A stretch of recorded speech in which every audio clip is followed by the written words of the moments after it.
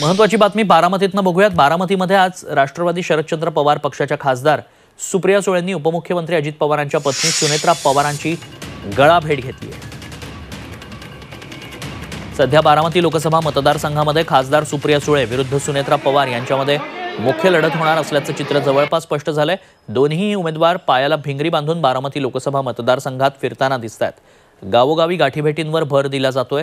प्रचाराला सुरुवात झाली आहे। मात्र आज या दोघी जणी बारामती तालुक्यातील जळोची गावात काळेश्वर मंदिरामध्ये समोरासमोर आल्या। दोघींनीही अचानक समोरासमोर आल्यानंतर एकमेकींची गळाभेट घेतल्याचं पाहायला मिळालं।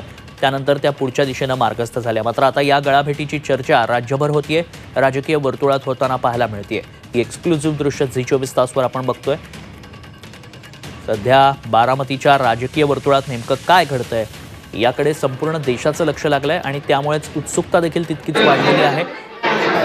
अशात गळाभेट आता चर्चेचा विषय ठरतेय।